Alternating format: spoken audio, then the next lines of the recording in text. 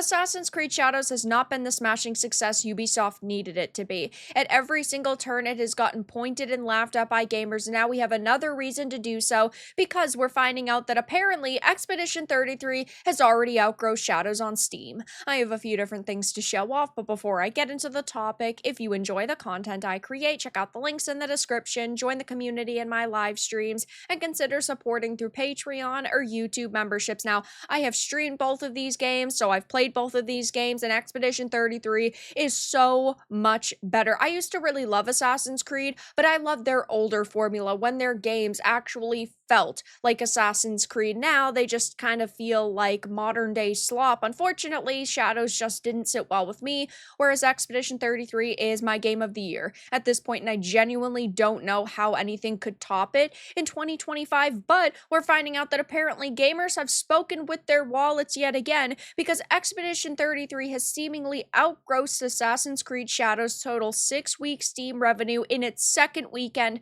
despite costing $20 less. Now, I love seeing AA and indie studios thriving. I love to see them doing phenomenally, and this is a case of that happening. Assassin's Creed Shadows has 2 hours worth of credits, thousands of people that ended up touching this game, whether they were developers and producers or consultants or other studios that came in to help. Like, we are talking about thousands of people who ended up affecting this game, whereas Expedition 33 was a handful of people. Ex-Ubisoft developers who were bored of their jobs, apparently, and just were passionate about video games and wanted to create a really good experience for everybody to enjoy, which is absolutely phenomenal to see. I mean, we had just found out that apparently the director said that he was bored at his job at Ubisoft, so he decided to make his own game inspired by his childhood favorite series, Final Fantasy, and the lead writer was found on Reddit and the composer was found on SoundCloud, with most of the staff being talented and passionate junior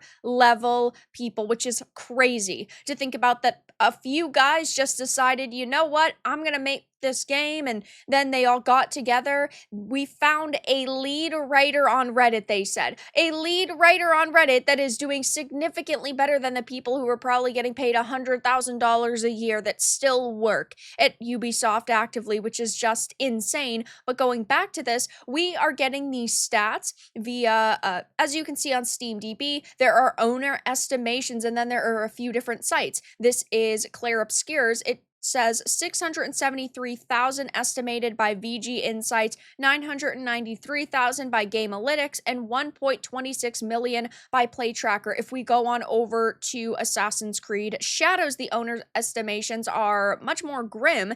583,000 by Gamealytics, 594,000 by VG Insights, and 653,000 by PlayTracker. Of course, we do not know if these numbers are 100% accurate. Take it with a grain of salt, but their estimates are usually pretty good. And when it comes to Assassin's Creed Shadows, if you haven't been following the news, Ubisoft has been boasting about how many players they've engaged, that they've engaged over 3 million players by this point. But you have to consider that Ubisoft Plus subscriptions are a part of that number. And even with Claire Obscures, Game Pass is part of those numbers, so it just goes to show that Game Pass Day 1 titles can still sell copies independently aside from the subscription service, which obviously developers need to happen, but this entire narrative of, oh, games that go onto subscription services and Game Pass Day 1 do significantly worse has been shattered by Expedition 33. Now, if we actually take a look over at Gamealytics, you can see some of their stats. They are estimating that there's about 1 million copies sold. Gross revenue base game, about 43 million. Player totals, 1.2 million. Owners, 1.2 million. Reviews, 44,000. Review score, 94%. And average playtime, 11 hours. If we take a peek at Assassin's Creed Shadows, it is estimating the copies sold are 586,000 and owners roughly 670,000.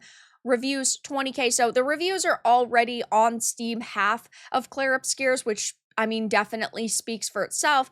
But even if we take a look at the player counts, they paint a very different picture. You would think that Ubisoft, a company that put hundreds of millions of dollars into this game, would be able to muster up decent numbers for their title, but that's not necessarily the case because the all-time peak 2 months ago at launch was 64,825.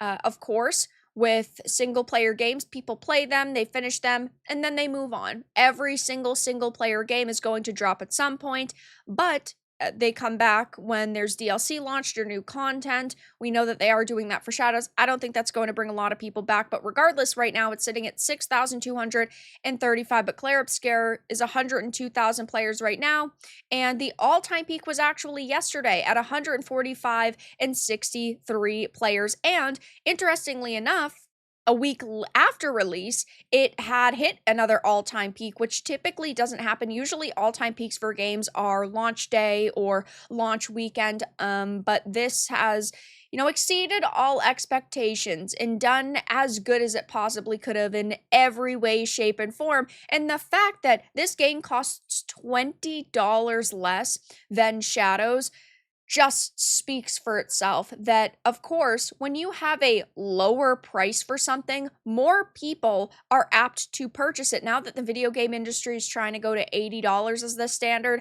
I think that we are going to see less sales overall with video games. I think that people are going to buy maybe one game every 2 months instead of one game every month. And with this costing $20 less, that definitely helped it. But the level of quality here is insane. In Assassin's Creed Shadows, I faced a ton of bugs and glitches. Expedition 33, I faced no bugs at all whatsoever. It is polished. It is so perfectly written. The ending's phenomenal. I'm not going to spoil it. But it was just an amazing experience all around my game of the year. And now, of course, people are pointing and laughing at Ubisoft over this. Ubisoft is DED dead. First Berserker Kazan, Expedition 33, and then you got goofy-ass Assassin's Creed Shadows over there. Yeah, I mean, Kazan is amazing. Expedition 33 is amazing. All good games. And they didn't have to lie about their sales either. Gamers want fun, not progressiveness. Haven't played either, but 33 sounds like turn-based game that Puritans love to prop up because of reasons. I mean, he got kind of ratio. There are definitely some people who don't think Expedition 33 looks good. To each their own. I thought that it was phenomenal. The cherry on top is that Expedition 33 is made by purely ex-Ubisoft devs from France. Oof, I bet Ubisoft is kicking themselves for actually letting these players, but also these developers go. I love to see it. The Megacorp AAA slop is no longer being blindly bought by consumers. We need to be picky with our purchases, and studios will either respond accordingly or sink its fun.